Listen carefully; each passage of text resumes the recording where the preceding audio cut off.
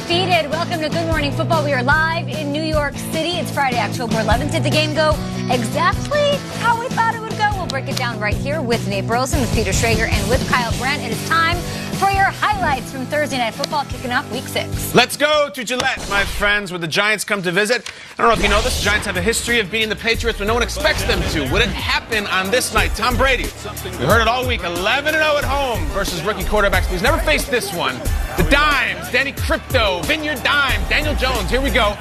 7-0 early after special teams touchdown by New England. He's got time until he doesn't. We got an interception by Duron Harmon. Daniel Jones had 3 picks last night, guys. This Patriots defense is for real, and so are the special teams. I mean, it's really, really good. What's up, Eli? Wish we could have had you last night, buddy. 14-7 now. The Giants got a long Golden Tate touchdown, and then we got a strip sack. Guys, hold on a second. Oh, Marcus Golden. The Giants just needed more players named Golden. Your name was Golden. You scored last night. We got to sign some guys. But, guys, what an incredible effort by Marcus Golden. And hold on a second.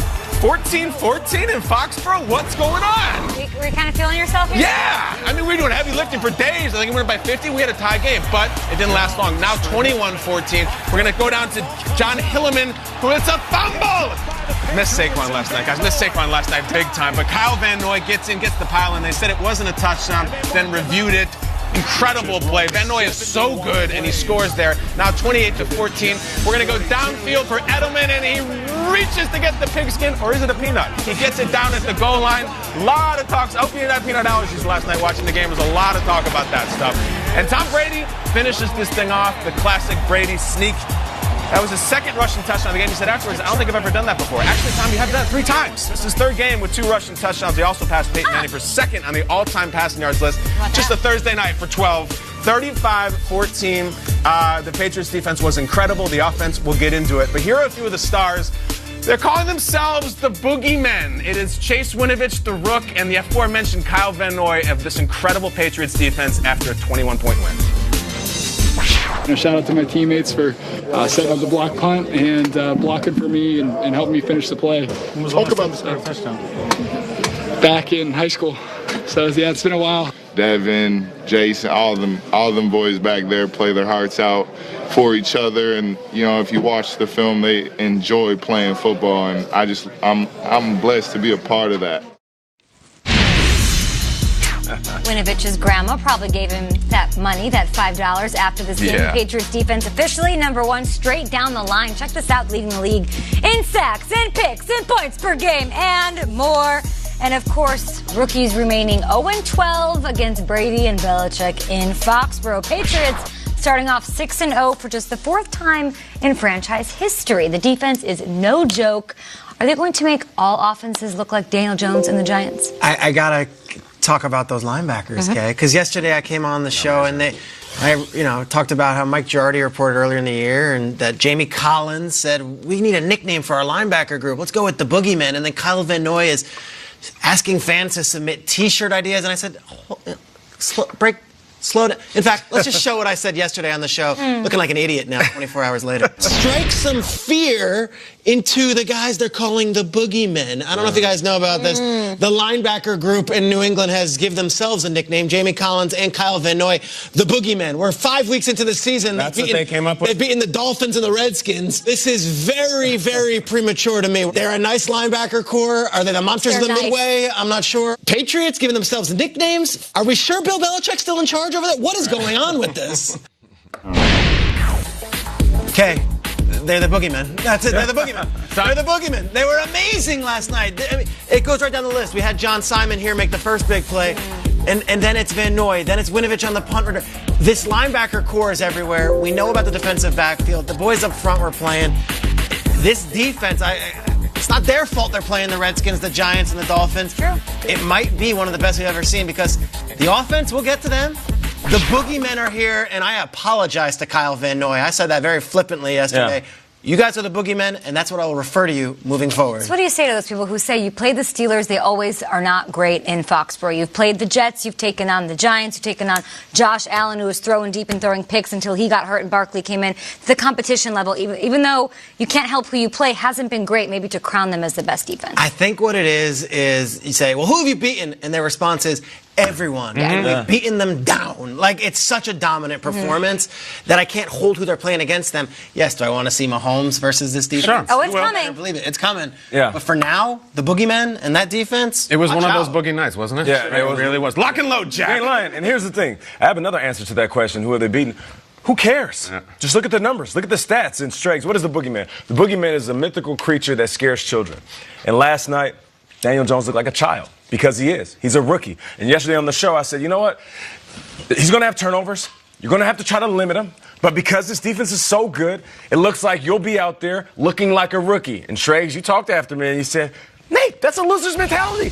Limit your turnovers. What are you talking about? This is what I'm talking about, Schrags. Because this defensive line, those linebackers, and those DBs, they get after quarterbacks and put them in position where it seems like there's 15 dudes on the field. And last night, once again, the Patriots proved why rookies can't win in Foxborough.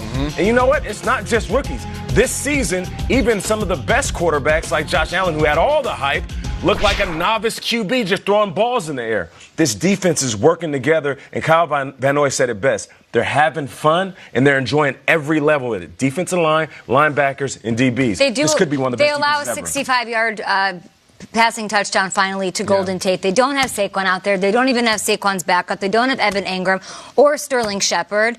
I don't know. So what is this defense? What is it? Are they better than the 2000 Ravens? Are they better than the 85 Bears? What define them? What they did we for have you to guys find last out. night? We have to wait till the end of the season. So so what you're saying is they're just the best in the league right now. They're on pace for greatness. That's what they are.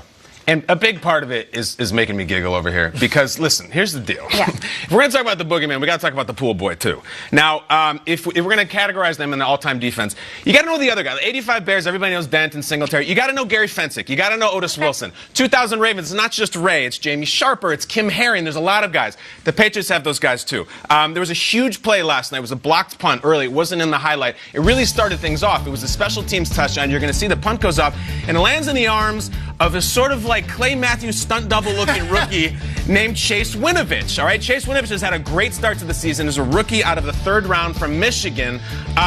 Guys, I want everyone at home, if you did not see this in the offseason, how dare you, but this is the guy that we're dealing with. Chase Winovich comes on the show before the draft, in which he has everything to prove about his personality and his professionalism, and he brought a friend with him. His mom, his agent, a friend. No.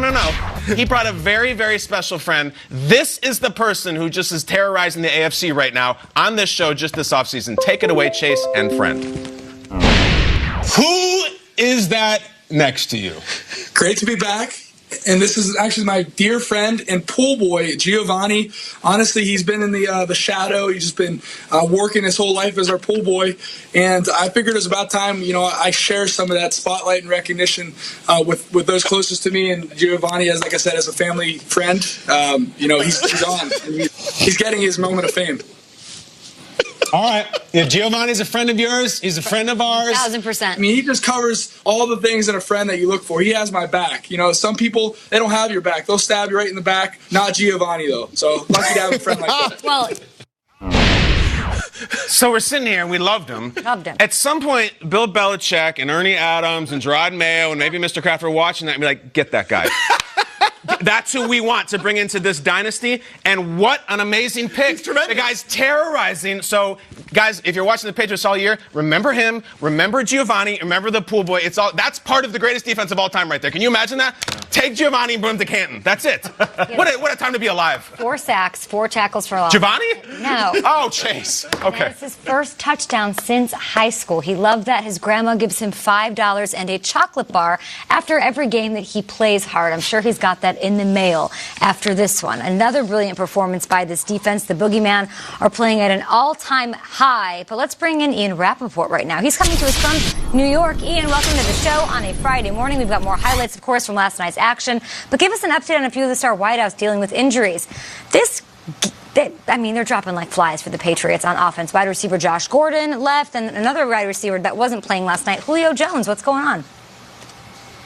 Main thing, I'm watching you guys, Kay, just a second ago. I cannot believe that Chase Winovich scored a touchdown, threw the ball into the stands. What in the world is wrong with him? Chocolate bars from Grandma are nice, but So are footballs when you score a touchdown. Anyway, these are the things I wonder. As far as Josh Gordon, obviously that is someone we are going to be monitoring throughout the day. We saw him go down on that touchdown, kind of wrenched his knee a little bit. You're going to see it right here, making the extra effort. So this was a scary one, especially when your knee bends back that way. The good news for the Patriots, though, is Josh Gordon was spotted in the second half riding the bike. That indicates, one, he had a chance to come back. He ultimately did not, but he had a chance. And two, that it is not a major injury for Josh Gordon. Just one catch for 7 yards last night. But obviously so much more is ahead of him. We're going to be monitoring that one. And then as far as Julio Jones goes, he did not practice on Wednesday. Had a hip injury. This was a little bit of cause for concern. Kind of came out of nowhere a little bit. The good news for Julio Jones was he was upgraded to a limited participant in the Falcons practice on Thursday. That is an indication he is good to go. From what I am told now, this is not a major injury. So Julio Jones and this Falcons, who need a win so badly against the Cardinals, he should be good to go. Appreciate the update, Ian Rappaport. We'll have you on throughout the show. We, of course, on Fridays get you set for all the action set on Sunday with an early game in London and two AFC powerhouses. Thanks, Ian. We'll talk to you in a bit. They're facing off on Sunday. It is the game everyone wants to see, the Chiefs and the Texans.